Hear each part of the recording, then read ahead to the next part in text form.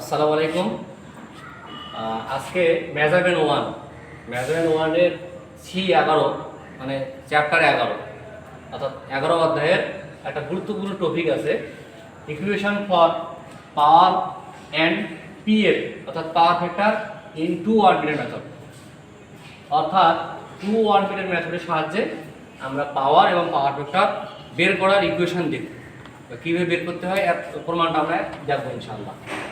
তো শুরুতেই power factor এবং পাওয়ার বের করার আগে টু ওয়ান মিটার মেথডের সংযোগটা একটু দেখাই, তাহলে তোমাদের জন্য সুবিধা হবে।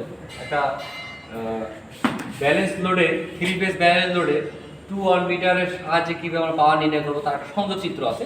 চিত্রটা আগে শুরুতে আমি তোদেরকে দেখাই। তো যদি আমাদের ব্যালেন্স লোড হয়, তাহলে ধরো এটা হলো একটা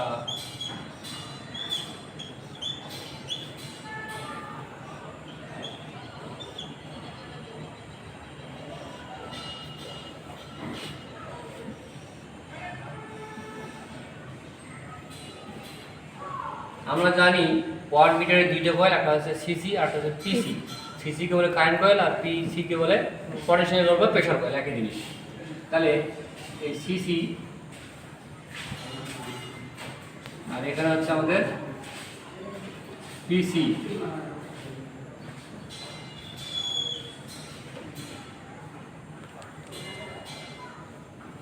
কমিটি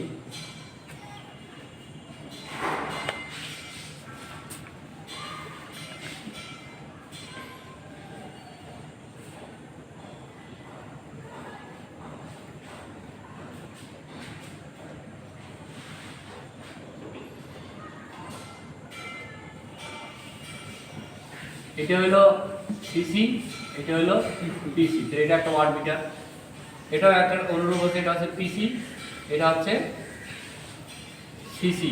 এটা একটা ওয়াট মিটার। এই ওয়াট মিটারটাকে নামকরণ করো W1 দিয়ে, এটাকে নামকরণ করলাম W2 দিয়ে।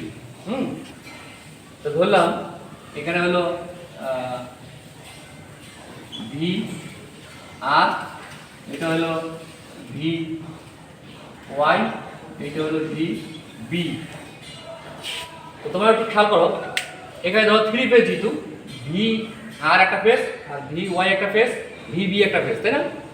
তো আমরা যখন টু ওয়ান মিটার সংযোগ করব তখন ধরলাম এটা আমি নামকরণ করলাম যেহেতু তিনটা লাইন, এটা হলো আর, এটা হলো বি হচ্ছে, এটা হলো বি, এটা হলো ওয়াই।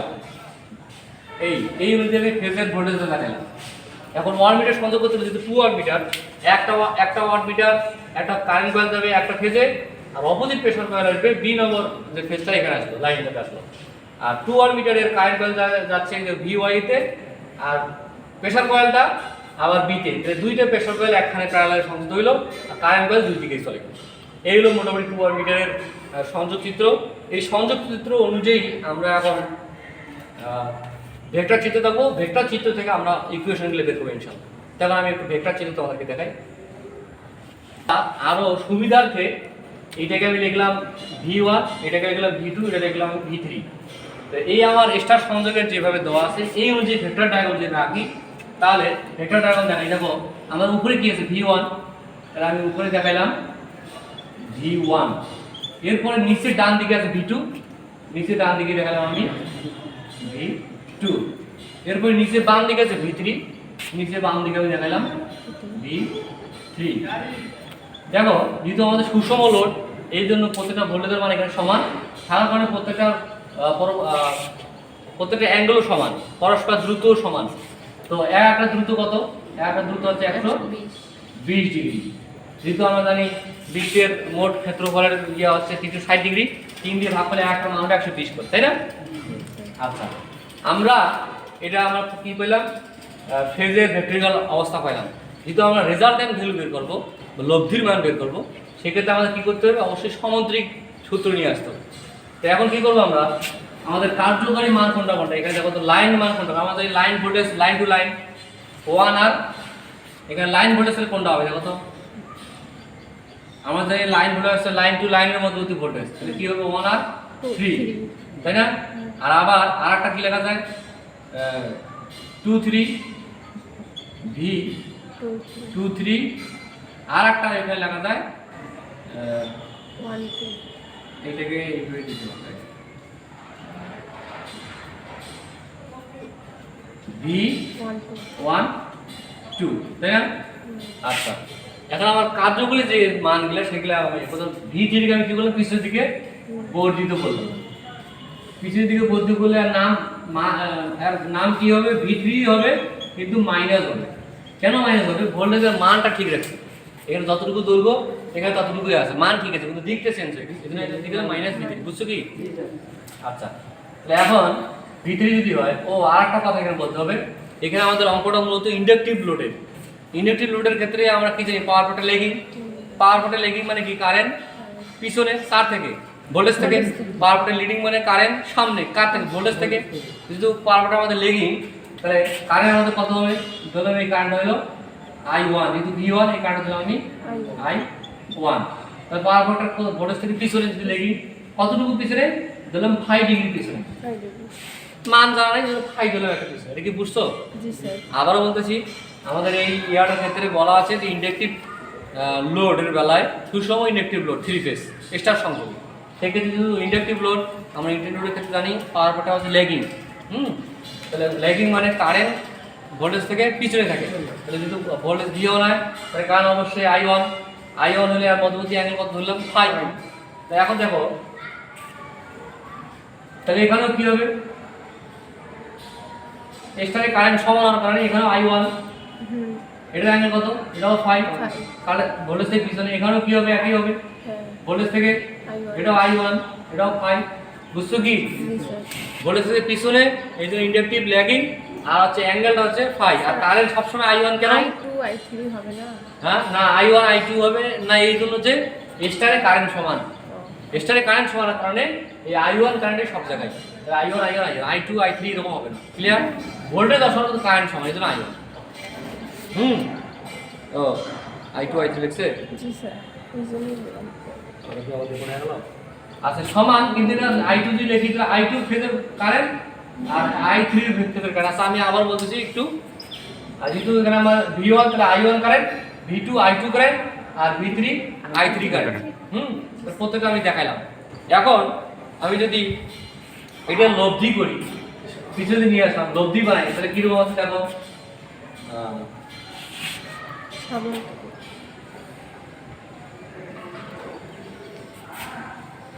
খেয়াল করো লব্ধি করলাম সামুদ্রিক একটা আঁকলাম সামুদ্রিক করলে এটার নাম কি হচ্ছে 2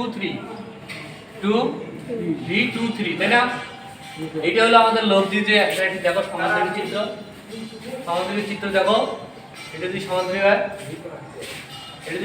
হয় এটা হলো P এটা হলো Q এইটা হলো লব্ধি আমাদের R তাই না আর এটা হলো আমাদের আলফা তাই কি না আচ্ছা ওই অনুযায়ী যদি হয় তাহলে আমাদের এটা ওই অনুযায়ী যদি করি এটা আমাদের কি হলো 2 3 এখন দেখো আমার এই অ্যাঙ্গেল থেকে এই অ্যাঙ্গেলের মান কত ছিল 120 এই যে 120 কে যখন আমি সমদ্বিখণ্ডিত করলাম তাই একটা মান কত হলো 60 তাই না আচ্ছা এখন দেখো আমার মূলত কি কার্যকরী পাওয়ার বের করতে হবে যেহেতু পাওয়ার আমার বের করবো তাহলে পাওয়ার সমান কি জানি VI তাহলে V আর I এর সাথে কত সম্পর্ক কোথায় এর সাথে কোনটা বের করতেছি আমরা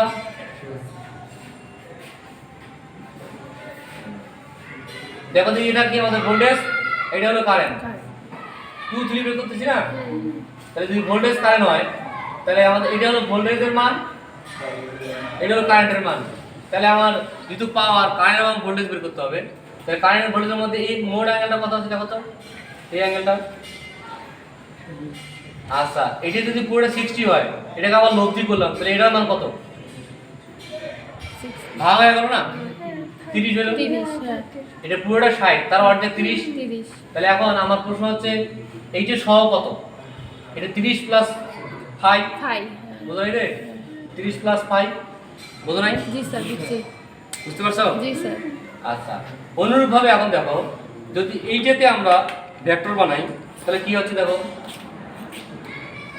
এটিতে আমরা সমান্তরালে বানাই ভেক্টরিক্যাল মান বের করব তাহলে কি হবে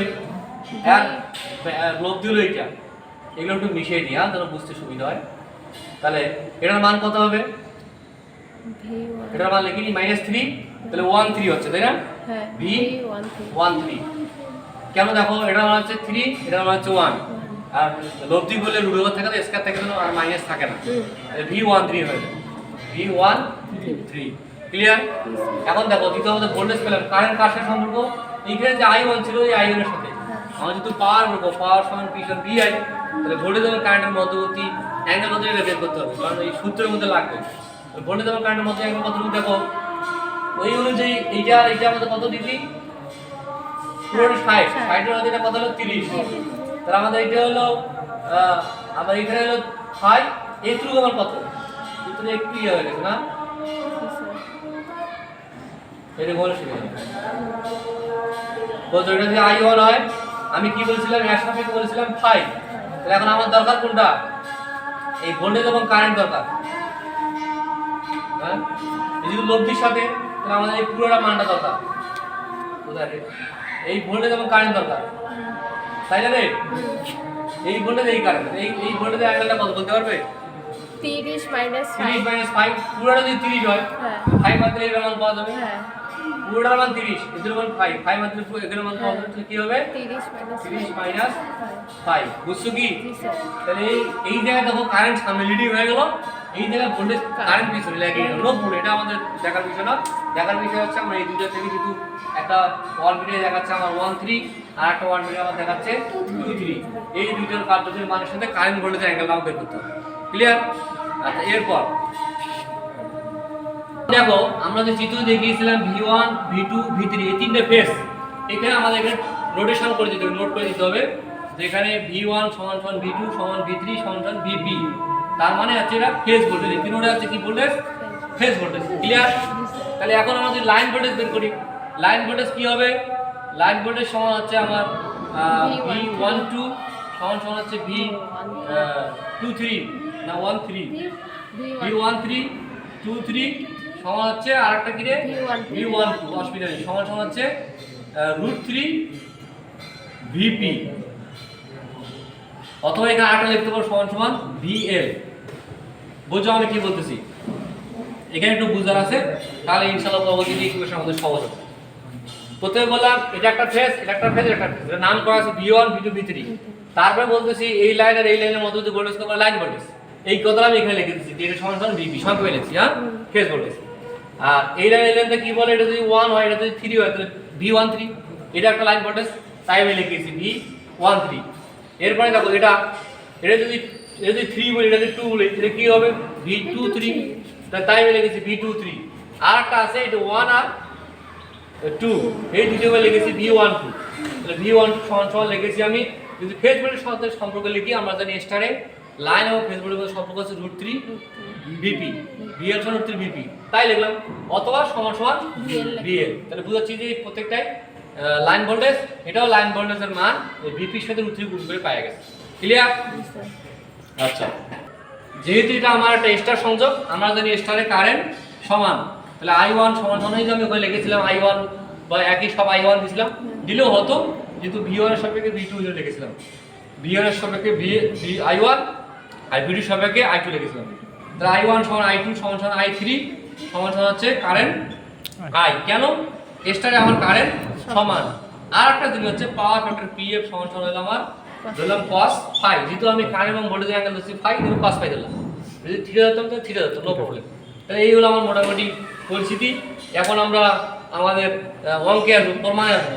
1 নম্বর ওয়াটমিটারের জন্য কি হবে, ওয়াটমিটার কিসে পার্ট দিবে, পাওয়ারে পার্ট দিবে, তাহলে 1 নম্বর ওয়াটমিটার সঙ্গে কি লেখা যাবে, এইটা এখন মিশিয়ে নিই নাকি না, এটা থাকবে, থাকো এখানে নিচে লিখলাম, হ্যাঁ W1, আমরা W1 বা P সমান কি জানি VI, এখন W1 এর ক্ষেত্রে কি হবে VI, কোন V হবে এখানে, কার্যকরী Vটা এখানে কোনটা, কার্যকরী Vটা হচ্ছে এখানে প্রথমে যদি W1 কোনটা আমাদের এখানে করেছি, W1 এর সাথে কোনটা কোনটা আছে V13 1 আর 3, তাই না, তাহলে V13 তে আমার কি আছে, লিডিং এ ল্যাগিং, পাওয়ার ফ্যাক্টর যেটা সেটাই, তাহলে আমি লিখে লিখলাম W1 এর সাথে আমার সংযোগ আছে V1 আর V3, তাহলে আমার কি হবে, ভোল্টেজটা কি হবে, লব্ধির মান V13, আর I তো I, এখানে আমি শুধু I লিখলে হবে, অসুবিধা নেই, যেহেতু স্টারে কারেন্ট সমান।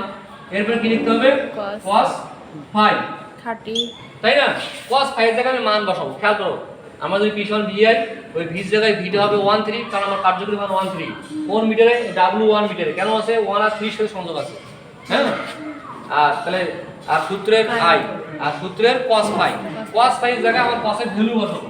cos এর ভ্যালু কত, এখানে দেওয়া আছে 30 ডিগ্রি মাইনাস ফাই, তাহলে কি হবে এখানে 30 মাইনাস আর মাইনাস ফাই। এই হলো একটা আমাদের ইকুয়েশন। এইটাকে যদি দেখো তো, এটাকে যদি ফেজে লিখতে চাই, ফেজের মান লিখতে চাই, তাহলে V13 সমান √3 VP লেখা যায় না? হ্যাঁ লেখা যায় না? জি স্যার তাহলে লিখে দিলাম √3 VP, √3 VP I cos cos 30 30 minus 5। এখানে আর কিছু করা যায় না, আমি তাহলে এখানে লিখে দিলাম সমীকরণ নম্বর 1। এটা 1 নম্বর অরবিটালের জন্য, বুঝা গেছে? এখন 2 নম্বর অরবিটালের জন্য কি হবে? 2 নম্বর অরবিটালের জন্য প্রথমে সংযোগ আছে W2, সংযোগ আছে V2 তে, আর একটা আছে 3 তে। তাহলে আর রেজাল্টেন্ট ভ্যালু কত? V23। তাহলে আমি ওই যে সূত্র অনুযায়ী W2 সমান জানি VI cos θ, তাহলে V মান বসাবো আর কারেন্টের মান বসাবো। তাহলে W2 সমান VI cos θ, V মান কি হবে তাহলে 23, আর I যদি সমান I cos θ এর জায়গায় কি হবে? cos 30 degree plus plus 5। কেন? ওই যে আমাদের অ্যাঙ্গেল, ক্লিয়ার? Okay fine. অনুরূপে আমরা এখানে লিখতে পারি এই যে 2 3 সমান এখানে দেওয়া আছে √3 VP, একই রকম করলাম যেন আমাদের ক্যালকুলেশনের সুবিধা হয়। তাহলে আমি এখানে লিখে দিলাম, হ্যাঁ লিখে দিলাম √3 VP, ক্লিয়ার? এগুলো সমীকরণ নম্বর 2। এখন আমরা যদি W1 যোগ W2 করি, তাহলে আমরা মোট পাওয়ার পাবো। W1 যদি পাওয়ার পাইলাম, আর W2 এর জন্য আর একটা পাওয়ার পাচ্ছি। এই পাওয়ারটা কত হবে এখন দেখো দেখি। একবারে √3 আর VP যদি কমন নেই, √3 VP I কমন নেই, তাহলে কি থাকে? √3 VP I কমন নিলাম, তাহলে কি থাকে? সেকেন্ড ব্র্যাকেট দিতে হবে cos 30 মাইনাস 5 প্লাস প্লাস যোগ করব প্লাস cos 30 প্লাস 5, এই bracket close, second bracket close, তাই না? জি স্যার হ্যাঁ, এই তাহলে এতটুকু বন্ধ হলো। এখন আমরা যোগফলটা পাইলাম। যোগফলটাতে দেখো এখানে কি আকারে আছে, সূত্রের একটা ফর্মুলা আকারে আছে cos a - b plus cos a + b। এই 30 ডিগ্রিটাকে ধরলাম আমরা a, আর ফাইকে বলতেছি b, তাহলে a - b plus cos a + b। এটা আছে 2 cos a cos b সূত্র। তাহলে 2 cos a cos b সূত্রটা এখন দেখো এই লাইন থেকে আমি একটু উপরে যাচ্ছি, তাহলে আমাদের কি আসতেছে? সমান √3 VP I, 2 cos হ্যাঁ √3 VP I 2 cos সমানটা হচ্ছে আমার তাহলে দ্বিতীয় আমাদের সূত্র 2 cos a cos b হবে, হ্যাঁ 2 cos এখানে 30 লিখি 2 cos a মানে 30 ডিগ্রি ডট cos b মানে 5। এখন দেখো cos 30 ডিগ্রির মান কত? cos 30 ডিগ্রির মান 1 হাফ, cos 30 ডিগ্রি মানে হচ্ছে হাফ। যদি cos 30 মানে হাফ হয়, √3 VP I, 2টা কাটা এখানে যে 2 আছে একসাথে কি হবে? হাফ হাফ, তার সঙ্গে হলো cos 5 5, তাহলে হাফে আর 2 চলে যায়, তাহলে কি থাকে? √3 VPI cos 5 তাই দেখো হাফে যদি চলে যায়, তাহলে আমার কি থাকতেছে? √3 সমান √3 VP I cos cos 5 5, অথবা শুধু যদি ভি বলো তবুও হবে। তুমি যদি এখানে ডিফাইন করো যে এই নাম এরকম মতো ফেস বলেছে, এখানে যদি লাগো ভিপি সমান ভি, তাহলে শুধু ভি হলো, অসুবিধা নেই। শুধু ভিটাকে আমরা বলবো যদি লেখো তাহলে √3 VI cos 5, no problem. VP সমান ভি লিখলাম আমি, বুঝে গেছে? এটা হলো আমাদের পাওয়ার। এখন আমরা দেখবো পাওয়ার ফ্যাক্টর। এই পাওয়ার পর্যন্ত আমরা বের করলাম, এখন আমরা দেখবো কি পাওয়ার ফ্যাক্টর, বুঝে গেছে? এখন হলো power factor PF। Power factor PF কে আমরা কি বললাম? এখানে cos 5 বলেছি। তো cos 5 সমান একটা সূত্র আছে tan ইনভার্স